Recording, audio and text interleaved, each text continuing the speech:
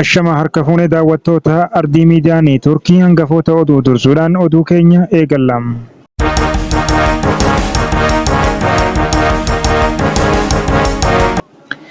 Baashaggar aanaa Fantaallee keessatti namni 5 haala suukkanneessaan hidhattoota sirnichaan ajjeefamuun tokko yoo madaa'u galma waaqeffannaa dabalatee manneen namootaas gubachuun barbadaa'e.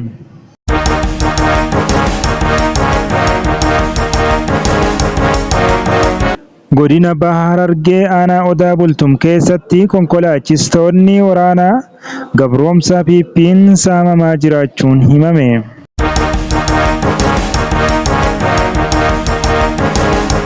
Godina Jimmaa aanaa Maannaa keessatti waraanni maafiyaa Piippii nama tokko ajjeesuun himame.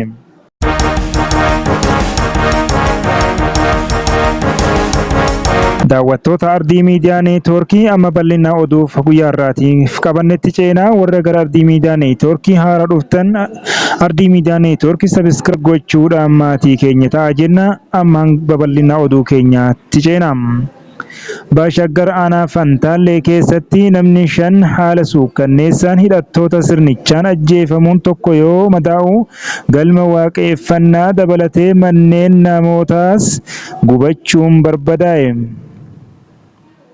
Gurraandhala 23/2024 murni bilxiginnaa impaayera Itoophiyaa keessatti amantaa fi ilaalcha gaarii hawaasni Oromoo qabu ija tuffiin ilaaluun abbootii amantaa adda addaa kan sabaan Oromoo ta'an sababa Oromummaa qofaan ajjeesuu fi hidhaa dararuun cinatti manneen amantaa hedduus gubuu jabeessee jira. Ajjeechaan uummata nagaa irratti geggeeffamaa jiru jajjabaatee itti fufuun gaafa Gurraandhala 20/2024 namoota maqaan isaanii Fantaallee Daadhii fi Bulgee Elemoo kan jedhaman akkasuma nama 2 kan maqaa hin argatin ammoo mana hidhaa irraa baasanii ganda Dheebitii bakka Haroo Hubaa jedhamutti yoo ajjeesan nama Baallaa Boruu Hawaasaa jedhamu ammoo rasaasaan rukutanii madeessan. Akkasumas gaafa Gurraandhala 22/2024 nama sammuun fayyaa hin qabne kan maqaan isaa Aadam Waadaay Bulaa jedhamu ajjeesuu jiraattonni aanuma Fantaallee ganda Haroo Qarsaa bakka addaa Haroo Oboo jedhamutti Gurraandhala 19 fi 20 galma amantaa waaqeffannaa maqaa galma Abbaa Baalchaa beekamu ibiddaan gubanii barbadeessuun manneen jiraattota hedduus gubuun himame. Akka heera impaayera Itoophiyaa irratti barreeffamaan jirutti amantaa fi siyaasni falaasama garaagaraa akka ta'etti kan himamu ta'ullee taateen dhugaan lafa irra mul'atu faallaa ta'uun koloneelli biyya bulchaa jiru abboota gadaa ajjeesee waraana bilisummaa Oromoo maqaa balleessuuf akka yaalaa ture yeroo ammaas siyaasa xixiqqoo of harkaa qabuun manneen amantaa gubuu fi abboota amantaa ajjeesuu irratti fuulleffatee akka jiru beekameera.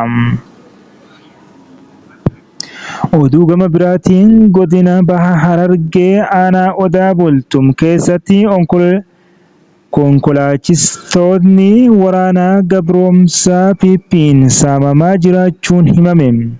Gurraandhaluma 23/2024 empaayerri ilmaan Oromoo hojii hojjetanii jiraatan hunda irratti maqaa sobaa hariiroo waraana bilisummaa Oromoon WBO'n waliin qabda jedhu maxxansuun qabeenya isaanii saamaa jiruu fi jireenya isaanii itti manca'aa jiru. Itoophiyaa keessatti miidhaan namoota irratti adeemsifamaa jiru jabaatee itti fufee jira. Maqaa sa'a dabarsitee deemta jedhuun godina Harargee Bahaa aanaa Odaa Bultum magaalaa Baddeessaa keessatti konkolaachistoonni saamamaa akka jiran kan dubbatamu yoo ta'u namootni yakki nuti goone maaliidha jedhanii yoo gaafatanis deebii hidhaa fi reebicha ta'uu dubbachuun milishootnii fi waraanni waliin ta'uun tokko konkolaachistoota irraa qarshii 5,000 hanga 8,000 guuraa jiraachuun dabaluun himu. Dabalataanis hojjetaa waajjira bishaanii kan ta'e obbo Ibrahiim Qaasim namni jedhamu maqaa waraana bilisummaa Oromoo waliin hariiroo qabdaatiin hojii irraa erga ari'anii baatii 2 lakkoofsisee jiraachuunis beekameera.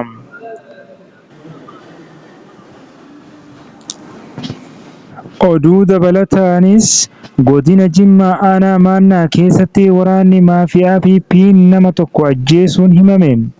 Gurraandhala 23/2024 miseensa waraana bilisummaa Oromoo ta'ee qabsoo hidhannoo yeroo dheeraaf gaggeessaa kan ture obbo Miftaa Abbaa Olii jaallan isaa waliin hojii loltummaatti bobba'ee osoo hojjetuu bara jijjiiramaa jechuun qabsoo qeerroon bilisummaa Oromoo taasiseen sirna wayyaanee erga kufee jaallan isaa waliin biyya Eertiraa akka galee dubbatu.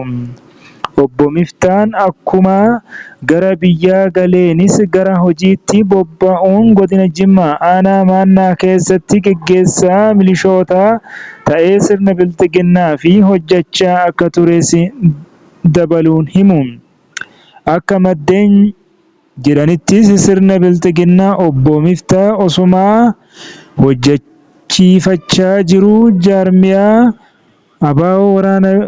ABO waboo waliin hariiroo qabda jedhee waggaa tokko dura godina Jimmaa aanaa Maannaa magaalaa Yabbuutti hidhee hiraarsaa turuun dubbatan.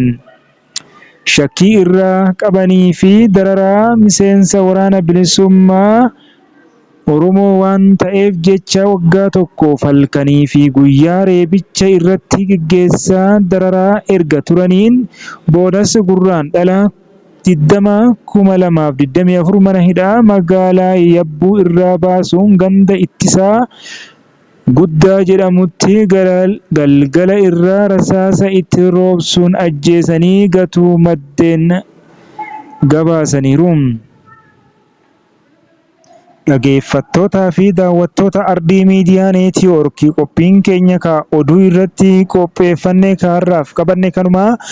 Ardii Miidiyaa Neetwoorkii sabiskiraayib laayik sheer gochuudhaan toorota sooshaal miidiyaa keenya kan YouTube chaanaalii fi peejiiwwan Facebook akkasumas TikTokiidhaan nu argachuu dandeettu. Kana hundaanuuf pilaatfoormiidhaan jiraniin nu hordofaa jenna. Waan nu faana turtaniif galatoomaa, turtii gaarii.